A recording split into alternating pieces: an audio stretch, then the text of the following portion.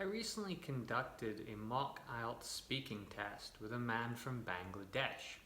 His answers were very good, especially his accent, and I thought I would share this video with you. What follows are all three parts of the speaking test that we did together, and then at the end I will offer some comments on his performance. But as you watch the video, it might be interesting for you to decide what you think he has done very well, or if there's anything that you think was not so good, and you can leave your thoughts in the comments section below.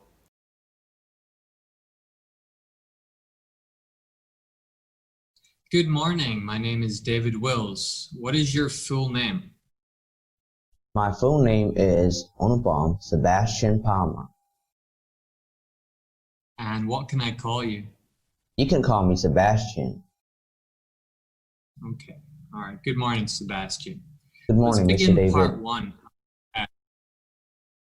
First of all, we're going to talk about friends. Are your friends mostly your age or different ages? Well, that is a very difficult question to answer, in my opinion, because with the world getting much more globally connected, you can have all kinds of friends from all kinds of places and with all kinds of ages. So what I say is I do have, people who are contemporaries who are like my friends, but I also have people, who are way older, but we still get along or have some common ground. So I would still consider them as friends despite the age difference. Mm-hmm. And do you usually see your friends at the weekends or during the week? I mean, I mostly see my friends, during the week. So, a lot of my ties or relationships are kind of based, or happen in the moment because I do not get to see everyone often. I mean, most of my friends. So it's either, whenever I meet them during the week, we might have a chat here and there, and that's kind of it. And the last time you saw your friends, what did you do together? So the last time, we probably went out to play soccer, and it was like a kind of like a, what I'd say is a one-on-one, dribbling challenge. That was kind of it. Mm-hmm. Okay. Next, we will talk about neighbors. So how well do you know the people that live next door to you? To be honest, I mean, it kind of depends. So there are a few people next to my flat who I know because know really well because they have been living there for about 4 years or so. And other than that, everyone else around me is more like a stranger. So yeah, I mean that's the case here. How often do you see these people? Since most of them have their own regular activities or regular schedule, I tend to not see them very often unless it's a holiday and they're actually they're actually in a place where in a situation where it's they don't have any work to do. I guess in those cases I get to see them a lot more often. What kind of problems do people sometimes have with their neighbors? Boy, that gives me some good, that brings back some good memories. So one of them is definitely noise complaints. You're gonna have people who don't really understand that they're kind of sharing a space with others as well, and who just lack that empathy. So they might be playing loud music and whatnot, and that could be genuinely disturbing at times. And other than that, you might also have people who like firecrackers and smoke and whatnot. So they might, tend to, they might think they're having fun, but, they might not, even take the fact that they're actually causing so much disturbance around for other people around them into account. Mhm. So those would be the ones which I state. Okay, and now we're going to talk about your favorite place. So what place do you most like to visit? So my favorite place would be the gym because it kind of so in this society, people are much more sedentary, and what the gym does is it kind of makes at least an hour or so of a person's day to much more active. That way, I guess that kind of gets the blood flowing and Mhm. just kind of rejuvenates the entire body. So in my opinion, it would be the gym. And how often do you go there? So it's closed on Fridays, so every other day of the week. So it's like 6 days every week, Mhm. except for Friday. Is this place popular with many other people? Sadly, it's not, because most people these days are much more, what I'd say, lazy and prefer being sedentary. So I wouldn't say it's a very popular place. Okay, Sebastian, we're now finished with part one of the test, and we will move on to part two. In this section, I'm going to give you a cue card with instructions on it, and you are going to talk about the topic presented for between 1 and 2 minutes. You can take 1 minute before we begin to think about your answer and make some notes if necessary.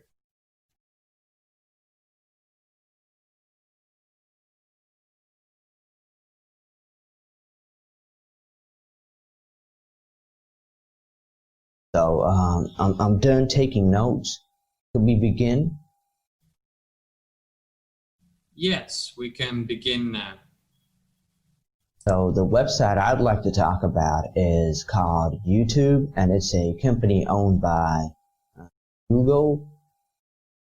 And I've been using it for about 8 years, since I was 12 or something. So yeah, it's been a very long time, and I've probably seen a lot of changes to or a lot of development over the past few years.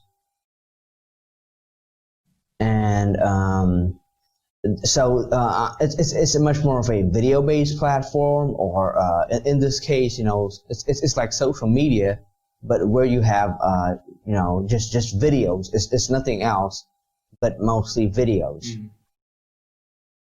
And it's, I mean, obviously, even with videos, there could be a wide variety of content. It's not just something on a flat screen. It could be anything from a 360 camera, which is very interactive, to even anything such as a virtual reality kind of content. So those would kind of describe what the website has for users. And I personally use it because it is much more consumer focused. So it's much more, so they're much more concerned about what they can do about the people who are on the website compared to any other places, because it's obviously they make a lot of their revenue from advertisers, but and they have kind of, they're in this position that they can obviously just neglect everything and just focus on money, but well, they have set up Okay, a. so just stop you there because that has been 2 minutes now. So how do you think YouTube is going to develop in the future? What changes might we see from this platform? So in the future, we'll have something, we'll have a lot more variety of content. And one of those, I guess, would be something that is kind of a integration of augmented reality and voice interaction. So it could be like a machine that the user puts on, or it could also be their mobile phone, and they could probably use their voice to control the narration of or the plot of the entire video. So it's kind of like choices and consequences. Okay, good. We're going to move on to part 3 now, and I will ask you some more questions on some different topics.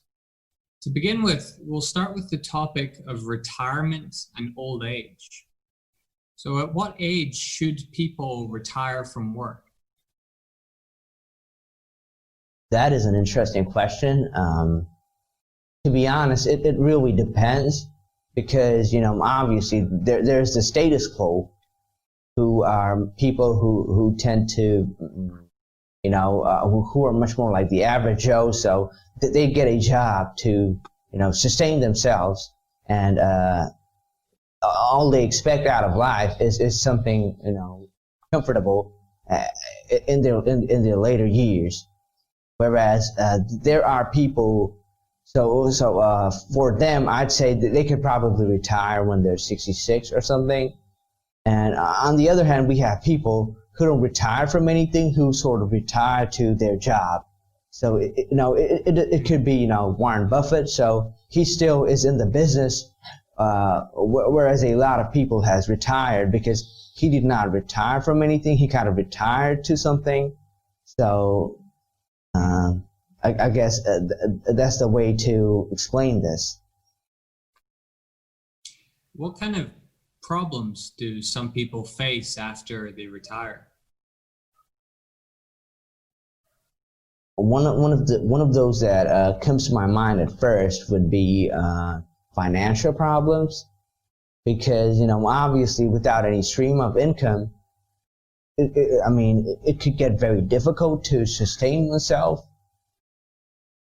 And other than that, even if the person is in a retirement home, you know, life is not going to be, you know, he won't be living on his own terms. It's going to be what the government does for him, or what his or her relative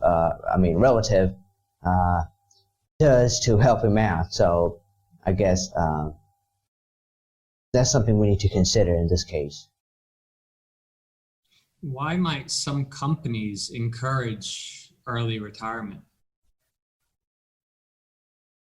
Well, that's a very difficult question, but I guess in those cases it could be done to actually prevent injuries, because a lot of those sectors or job sectors could consist of very hazardous work. So it could be a yeast factory where, you know, people might have respiratory diseases later on if they stay there for a long period of time. So, you know, they might be expected to retire within 2 decades or 3. So that's it for that. So let's talk about inventions and copyright. So which invention has transformed your country the most? It's something hard to think about, because I don't think about it often, but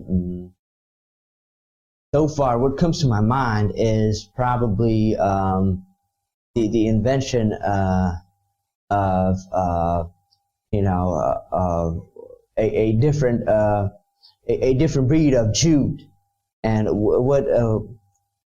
what this has done is kind of raise our GDP, because jute is called the golden fiber here, because the amount of revenue it brings compared to the rest of the other cash crops. So that different breed of jute, the genetically modified organism has something special that kind of increases the yields. So that would be something to consider, in my opinion. How long do you think one person should be able to profit from an idea or invention? In my humble opinion, I think as long as the person is alive. Why? Because if he, it's obvious, because when he's not there, when he's not alive, what's going to happen to the profits? That's something we might have to consider seriously, because with all these national debt and everything that's going on in the economy, we can't just throw the money away. We could reinvest it into something else. Yeah. Okay. All right, Sebastian, let's finish there for today. Thank you very much. It was lovely speaking to you. Thank you very much as well. Have a nice day. Goodbye. So how do you think Sebastian did? Well, his performance was actually very, very good. I would say he would get at least a band 8. In the beginning of the test, he was a little nervous and there was some hesitation, and sometimes his answers were too long, which is again another feature of nervousness. But this does not really detract from the score too much. Consider the first part of the test to be a sort of warm-up for the later parts. You may have noticed his first answer, the question that I gave him, was quite simple, and he talked for a very long time on this. You don't need to do that. 1, 2, 3 sentences will usually be enough to answer the question. You can concentrate on answering in more depth for part 3.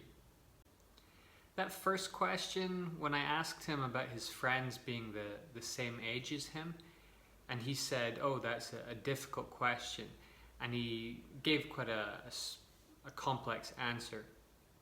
It is the sort of question you could quite easily just say, no, my friends are different ages, and then explain with another one sentence. But again, I think this is just nervousness, and an examiner would know it is not a reflection upon his actual English abilities. For part 2 as well, there's a little too much hesitation at the very beginning of his answer. This sort of thing might affect your score for fluency. It might reduce it because it's telling the examiner that you're taking too long to think of what to say. Still, the answer that he gave was very good and included some good language, some specific vocabulary relating to the topic of technology, and that is another kind of thing that the examiner really is looking for. Now, I mentioned that he said a little too much in part 1. In part 3, when you are meant to talk at length, there was one question where he just gave a one-sentence answer, and so I had to prompt him to say more. Ideally, you don't want the examiner doing that. You should be looking to give an answer that is more developed already. I typically recommend for part 3 that you give a straight answer, one sentence, then you expand upon it, explaining a little more with the second sentence, and then maybe a third sentence that is going to give more information, or it's going to summarize what you say, or even give an example. It depends how complicated the topic is, but try to answer the question fully with an explanation. There he also said twice in part 3, oh, that's a difficult question, or that's an interesting question. This is a good thing to do once, maybe, when you pause at the beginning of the question and give yourself time to think of an idea or of the right language to use to go on and explain further. But he actually did this twice in part 3 and once in part 1. So if you're going to do this 3 times in the test, then the examiner might think that you're just stalling a little too much, and that could bring your score for fluency down. Now, if we are to look at those 4 parts, those 4 criteria that the examiners are looking at, the first one, fluency, I would say he was He was very good except for those little pauses. I highly doubt that he would get lower than a band 8. For this, maybe a very strict examiner could say 7, but I really think he did enough, talking confidently at a natural pace, not too fast, not too slow, throughout the whole test. As I said, aside from a few pauses. I don't think he would get a band 9 for this because of those pauses, but I don't think it's poor enough to get a band 7 either, so I think 8 is realistic for that. In terms of vocabulary, his language was excellent throughout, but there were some slight imperfections. For example, the word or phrase status quo was misused. Status quo means the norm, it means the situation as it normally or typically is. He seemed to use it to refer to people being a status quo. It's not exactly right, but it's also not completely wrong. And because there were only very occasional errors in vocabulary, I think he would probably get a band 9. Even a native speaker might make some sort of mistake with a word.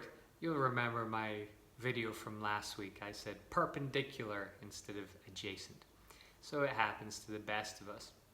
Sebastian had a good mix of colloquial and quite advanced language together, including when he was talking about exercise. He said to get the blood flowing, which is a great example of just natural, everyday English that you don't learn in a textbook.